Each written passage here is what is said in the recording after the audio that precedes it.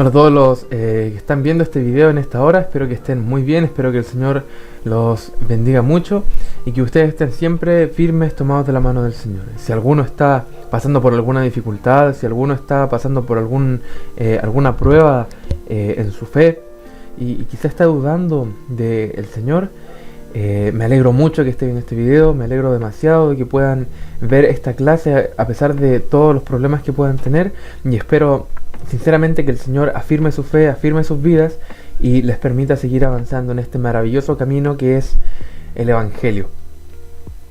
Esta clase tiene por título Ser fiel en lo secreto, y para ello quiero que leamos Colosenses 3, 23 al 24, que dice así, en la versión NTV: trabajen de buena gana en todo lo que hagan, como si fuera para el Señor y no para la gente. Recuerden que el Señor los recompensará con una herencia y que el amo a quien sirven es Cristo. Oremos. Señor Jesús, te damos muchísimas gracias por tu bondad, te damos muchísimas gracias por tu misericordia y porque tú eres nuestro amo. Porque si hacemos una analogía con lo que era la esclavitud en la antigüedad, incluso quizá el día de hoy, los amos no son buenos. Los amos son gente mala, son gente que trata mal a sus esclavos, son gente que hace lo que quiere sin importarle la vida del otro. Y cualquier amo que nosotros pudiéramos tener el día de hoy, cualquier ideología, cualquier ídolo que podamos habernos hecho de alguna persona, cualquier cosa no nos va a tratar bien. Cualquiera de esas cosas a las que podríamos estar sirviendo nos haría un mal tremendo y nos rebajaría como personas, no nos daría el valor que merecemos y finalmente estaríamos muertos incluso si estamos vivos. Señor Jesús, gracias porque tú eres nuestro amo, porque tú nos tratas bien, porque tú siempre estás pendiente de nuestro bienestar. Te damos muchísimas gracias porque aun cuando a veces no podemos verte, sabemos que tú estás ahí, que tú nos cuidas y que tú nos amas. Señor, bendícenos y ayúdanos a entender esta clase para poder aplicarla a nuestras vidas. En el nombre de Jesús, amén. Hagamos un pequeño repaso de la clase pasada, que fue la clase presencial que hizo mi hermano en la iglesia, obviamente porque era presencial. Si se acuerdan, habíamos estado hablando de los discípulos públicos y los discípulos secretos. Y que en realidad ninguna de las dos cosas es mejor que la otra. No es que los discípulos públicos, así como lo fueron Pedro o Mateo, fueran mejor que los discípulos secretos, tales como Nicodemo o José de Arimatea. Ninguno era mejor que otro. Ambos tenían sus falencias, pero también ambos tenían sus virtudes. Y al final el punto común que tienen tanto discípulos públicos como discípulos secretos es que aman al Señor. Nosotros amamos al Señor. Lo verdaderamente importante no es si somos discípulos públicos o discípulos secretos, lo importante es que somos discípulos de Jesús, sin apellido, solo el nombre, discípulos. Es decir, lo importante es que tengamos claro que Jesús es nuestro Maestro, que es a Él a quien seguimos, y que podamos ser capaces de reconocerlo como tal, como nuestro Maestro, cuando llegue el momento de hacerlo. Nosotros nos comportamos como personas decentes, nos comportamos como personas que hacen siempre el bien, pero no lo hacemos porque somos así, porque es algo, una característica propia de nosotros que sale de nuestro hermoso corazón, sino todo lo contrario, somos los peores pecadores que hay, tenemos corazones horribles y corrompidos por nuestra naturaleza y por la sociedad también, pero hemos invitado a Cristo a habitar en Él, hemos invitado al Señor a habitar en nuestro corazón, y eso es lo que nos hace actuar de forma correcta, que queremos agradar a Cristo, porque Él habita en nosotros y queremos darle un hogar que sea digno de su presencia. Y sin embargo, esto no se trata solo de hacer buenas acciones, no se trata de que solo seamos buenas personas, tanto como discípulos públicos o discípulos secretos, no se trata de que ayudamos a la gente ni de hacer buenas acciones, sino que se trata de algo más y vamos a avanzar en eso. El título de la clase es de hecho un spoiler de qué se trata todo esto. Precisamente ahora quiero enfocarme en ser discípulos secretos, que como ya dije, no es solamente tener la conciencia limpia delante de Dios y de los hombres, sino que va más allá. El primer versículo que leíamos, el versículo 23 del capítulo 3 de Colosenses, dice que hay dos cosas que son súper importantes. La primera es que podamos trabajar de buena gana. Y la segunda cosa es que tenemos que trabajar y hacer las cosas como si fueran para el Señor.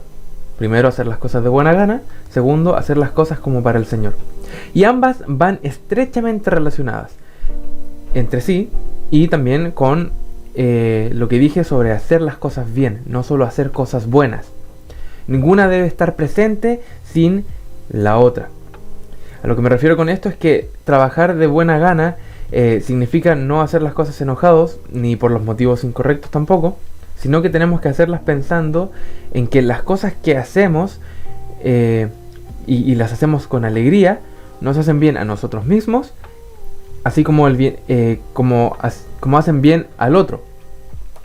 Las dos cosas, hacerse bien a uno mismo y hacer bien al otro, nos dan felicidad y nos dan energía para poder seguir actuando de esta forma. Entramos en un círculo virtuoso, es decir, algo que se repite constantemente, pero que es positivo, en lo contrario, un círculo vicioso. Y es que tenemos la capacidad para hacernos el bien a nosotros mismos, y eso nos lleva a hacer el bien a otros, que nos lleva de vuelta a hacer el bien a nosotros mismos. Es un círculo sin fin y es así como quiere el Señor que nosotros vivamos. Hacer las cosas hacer las cosas como para el Señor significa hacerlas con excelencia, porque el Señor quiere que demos todo de nosotros para Él, y eso significa hacer las cosas con buena calidad. No le damos al Señor una adoración a medias, no decimos que lo amamos a medias, sino que tenemos que adorarlo y amarlo al 100%. Como dije, ninguna puede existir sin la otra, ninguna de estas dos cosas, porque no tiene sentido hacer las cosas de buena gana si las hacemos mal, así como tampoco tiene sentido hacer las cosas bien si las hacemos por los motivos equivocados. No sirve de nada. Y eso se resume en un dicho popular que dice que el camino al infierno está lleno de buenas acciones. Esto quiere decir que la gente puede tener la mejor de las intenciones, pero no sirve de nada si no actúa de forma correcta, si no actuamos de forma correcta. Y eso es porque cualquiera de los dos escenarios que acabo de plantear, es decir, hacer las cosas con ganas pero hacerlas mal, o hacer las cosas bien pero sin ganas, cualquiera de esas dos cosas nos lleva al infierno. Y es así de simple, nos lleva al infierno. Si lo ponemos en un plano cristiano, tenemos el siguiente ejemplo. Yo predico la palabra y la predico con mucha alegría, la predico con mucho gozo, la predico porque sé que es correcto predicar el nombre del Señor y porque sé que la gente necesita de Jesús, la gente necesita de Dios. Pero no me doy el tiempo de estudiar la Biblia, no me doy el tiempo de orar, no me doy el tiempo de estar en comunión con el Señor para conocerlo, y por lo tanto, aunque predico con mucha alegría y con muchas ganas, predico cualquier cosa menos el Evangelio de Jesús, y la gente que pasa se termina perdiendo. Cuando somos falsos maestros, cuando somos maestros que enseñamos cosas equivocadas acerca de Dios, eso nos lleva directamente al infierno, porque estamos en una posición importante y no actuamos conforme a ella. El segundo escenario es que si predicamos la palabra y la estudiamos mucho, conocemos mucho acerca del Señor, pero predicamos sin ganas y predicamos como si fuera una obligación en vez de una bendición, quizá el otro se salve, porque quizá el otro va a entender cognitivamente, lo va a entender en su mente el Evangelio, y va a decidir cumplirlo, va a decidir seguir al Señor. Pero eso es solo obra de Dios, porque finalmente nosotros no vamos a ir al cielo en ese caso. No vamos a ir al cielo si predicamos la palabra de Dios como una obligación, porque si hacemos las cosas por obligación, significa que no las hacemos por amor. Si no hacemos las cosas por amor es porque no amamos al Señor, y si no amamos al Señor no podemos ir al cielo. Es así de simple, tenemos que amar al Señor. Entonces en este ejemplo tenemos que predicar la palabra con alegría y de buena gana, y predicar la palabra de Dios correctamente como sale en la Biblia, como está escrita, y enseñar lo que Él quiere que enseñemos. Tenemos que tomarnos nuestra misión como cristianos de buena gana y también prepararnos para poder realizar esta misión. Predicar, como ya dije, con alegría y con conocimiento. Y esto que acabo de nombrar está más relacionado a los discípulos públicos. Dije que iba a hablar de los discípulos secretos, pero es el primer ejemplo. Y lo doy porque predicar la palabra de Dios es algo que en una escala humana es algo tremendo, es algo gigante. También en una escala divina, los ángeles anhelan predicar la palabra de Dios, pero es la misión que se nos dio a nosotros. Y es algo grande si lo comparamos con otras cosas. Pero quiero que vayamos a lo pequeño primero.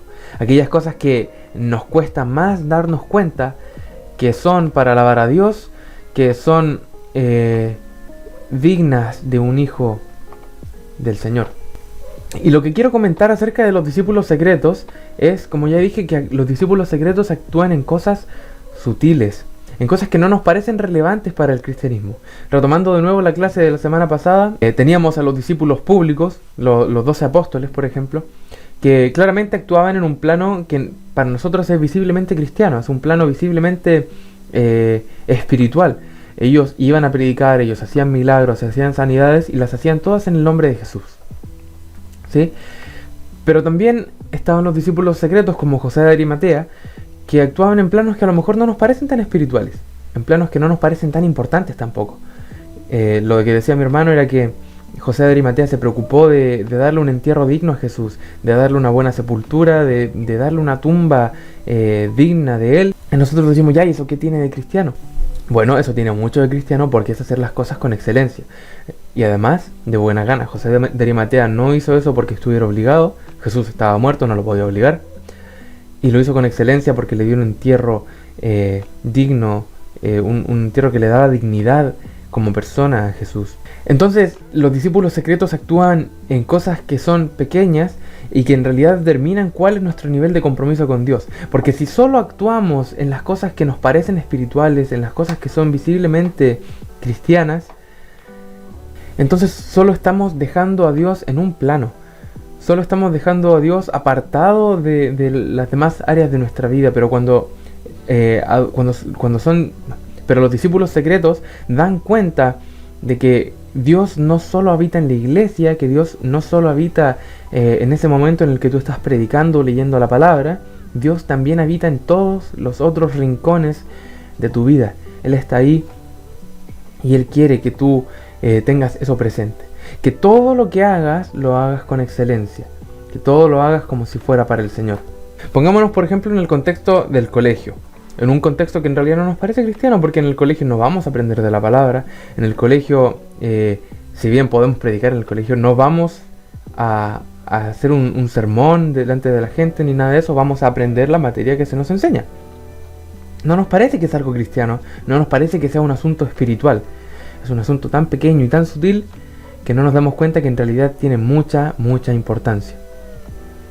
Si por ejemplo les dicen que tienen una prueba la próxima semana, podría a ustedes darle mucha pereza. A mí también me ha pasado. Me pasaba en el colegio, me ha pasado en la universidad. En la universidad más que pereza me pone un poco ansioso.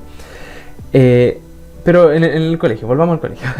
Puede que nos dé mucha pereza dar esa prueba, esa evaluación en el colegio y por tanto no estudiamos. Y si no estudiamos, ¿qué pasa? Nos va mal. El segundo escenario, ese es el negativo. El segundo escenario tiene que ver con una parte positiva y una parte negativa, igual que el tercero. Si no nos da pereza tener que rendir esa evaluación, sino que de buena gana llegamos el día de la prueba a darla sin preocupaciones, pero no estudiamos, probablemente nos va a ir mal igual, porque estamos haciendo las cosas de buena gana y sin embargo no las estamos haciendo con excelencia, no las estamos haciendo como es debido.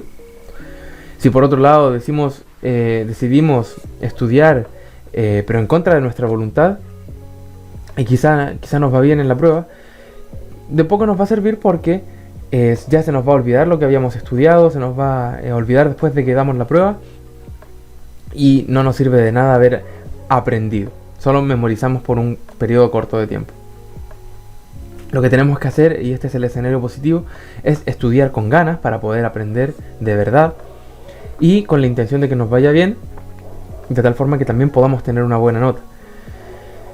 Y a pesar de esto, eso no es lo más importante. Lo más importante no es solamente que aprendamos para tener una buena nota, sino que lo más importante es que podamos aprender para ayudar a otros que quizás les cuesta más, para poder enseñar. Y eso es algo que, como ya les decía, es súper cristiano, es una acción que todos los cristianos deberíamos tener en consideración.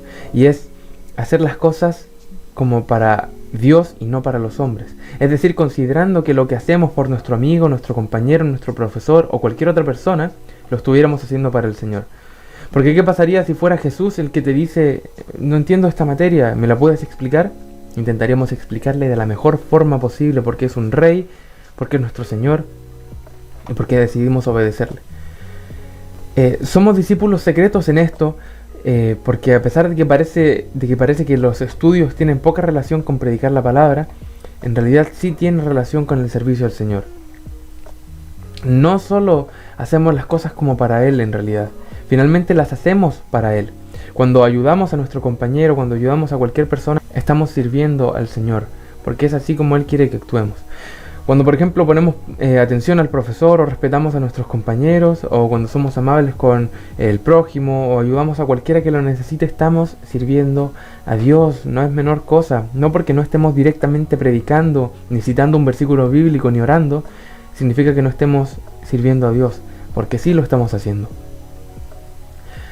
Tenemos que hacer por eso todas las cosas de buena gana y con excelencia. Todas las cosas, no solo unas pocas, no solo las cosas de la iglesia, no solo las cosas que nos gustan, todas las cosas las tenemos que hacer así. ¿De qué sirve, por ejemplo, guardar silencio en clase si no escuchamos lo que el profe dice? No estamos haciendo las cosas bien. No nos sirve a nosotros y no le sirve al otro. Y si por el contrario entendemos todo lo que dice el profe, pero estamos metiendo bulla y distrayendo a los compañeros, no le sirve al otro. Tampoco nos sirve a nosotros, porque al final igual nos van a retar, igual nos va a ir mal en nuestras relaciones sociales. Nos va a ir mal porque si el resto se enoja con nosotros, difícilmente vamos a poder predicarles la palabra. Cuando hacemos las cosas de la forma que a Dios le gusta, estamos siendo un reflejo de Él. Y nuestras acciones tienen buenos resultados, tanto para nosotros mismos como para el prójimo. Siempre tenemos que pensar en eso. Y la verdad es que todo lo que hacemos en lo secreto también tiene que ser para la adoración y para el servicio de nuestro Señor. Todas esas cosas que hacemos cuando nadie nos ve también son importantes. Y la gente piensa que los religiosos, porque somos religiosos, ya que profesamos una religión, la gente piensa que los religiosos somos gente que se va a vivir a un monte y alejados de todo el mundo, que no quieren nada con nadie. Y nosotros tenemos que demostrarles que eso no es así. Que no solo somos buenos, no solo servimos para leer la Biblia y para orar al Señor, sino que también cumplimos con lo que la Biblia dice y amamos al prójimo. Y que todas las cosas las hacemos de la mejor forma posible. Que todas las cosas las hacemos bien. Y como ya decíamos antes, en la clase pasada y al principio de esta, no las hacemos porque seamos buenos, no las hacemos porque nazca de nuestro corazón, sino porque adoramos a Dios. Y de eso se trata ser cristiano. No de vivir encerrado, no de vivir apartado físicamente, sino de ser diferente en los aspectos más importantes de tu vida, en lo interno, en todo lo que haces, no solo en una parte. Oremos al Señor. Señor Jesús, te damos muchísimas gracias porque tú nos enseñas que tenemos que ser fieles en todo. Señor, porque predicar no solo es citar un montón de versículos bíblicos sin darles ningún contexto, no solo es leer la palabra como si nada, sino que es vivirla. Queremos, Señor, vivir tu palabra y queremos hacer todo con excelencia para que no tengamos nada de qué avergonzarnos. Para que nadie diga, sí, tú eres cristiano, pero ¿y qué importa si eres cristiano si al final igual te va mal en todo? ¿De qué sirve que seas cristiano si igual no me respetas? ¿De qué sirve que seas cristiano si no pones atención? Queremos, Señor, demostrarle a la gente que ser cristiano sí sirve. Porque tú, Señor, eres nuestro amo. Y todo lo que hacemos sirve para este mundo, para este universo, ya que está ligado a tu propósito. Muchas gracias te damos, Señor. En el nombre de Jesús, amén y amén. Recuerden esta semana hacer todo para agradar al Señor. Piensen en eso. Si hay algo que les molesta, si hay algo o alguien que no les agrada, piensen que esa persona es Dios. y en cuánto aman a Dios y cuánto deberían entonces amar a esa persona. Nos vemos la próxima semana en la iglesia y espero que estén muy bien. Adiós.